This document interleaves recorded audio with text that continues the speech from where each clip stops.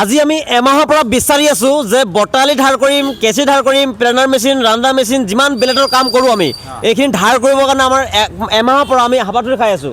বহুত মানুহক সুধিছোঁ, কৈছে যে চাৰিআলি পুলিচ পইণ্টৰ পৰা আমাৰ পাভৈ ৰোড আৰু লগতে আছে আমাৰ এইটো আমাৰ কি মন্দিৰ, শিৱ মন্দিৰ, শিৱ মন্দিৰ, শিৱ মন্দিৰৰ সন্মুখত চাৰিআলি আৰু এই পাভৈ ৰোডত এটা বটালি ধাৰ কৰা মেচিনৰ পাৰ্টছ ধাৰ কৰিবৰ কাৰণে যিকোনো বস্তু দাও কটাৰীৰ পৰা আমাৰ ধাৰ কৰা মানে কটা চিঙা কৰা বস্তুবিলাক কেঁচিবিলাক ধাৰ কৰিবৰ কাৰণে আমাৰ পুলিচ পইণ্টৰ পৰা আগুৱাই আহিলেই শিৱ মন্দিৰৰ সন্মুখতে এখন দোকানত আপোনালোকে আহিলে বটালিৰ পৰা কেঁচিৰ পৰা দা কুঠাৰ য'ত যি আছে ধাৰ কৰিবৰ কাৰণে আপোনালোকে ধাৰ কৰিব পাৰিব।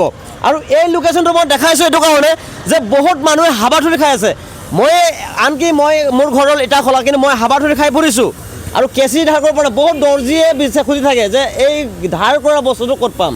গতিকে চিন্তা কৰিব নালাগে, চাৰিআলি আহি পুলিচ পইণ্টৰ পৰা আপোনাৰ শিৱ মন্দিৰৰ সন্মুখতে আপোনালোকে আহক। এয়া চাওক কিমান সুন্দৰভাৱে দাদাহঁতে কাম কৰি আছে, ধাৰ কৰি আছে। আৰু আমাৰ অসমখনত এনেকুৱা সৰু সৰু কাৰখানা বহাই পেলাই নিত্য নতুন নতুন কৰ্ম জীৱনত আমি লিপ্ত হ'ব লাগিব আৰু প্ৰত্যেক দিনাই আমাৰ স্কিল শিকিব লাগিব। এইটো এটা স্কিল বুলি কয়, এই বস্তুটো চবেই নাজানে। ৰাণ্ডা মেচিনেই হওক, বটালিয়ে হওক, কটাৰীয়ে হওক, কেঁচিয়ে হওক, ধাৰ কৰিবলৈ কোনোৱে নাজানে। গতিকে এনেকুৱা স্কিল শিকি পেলাই আমাৰ অসমখনক আমি এনেকুৱা নিত্য নতুন কাম কৰি অসমখনক আগুৱাই নিব লাগিব আৰু প্ৰত্যেক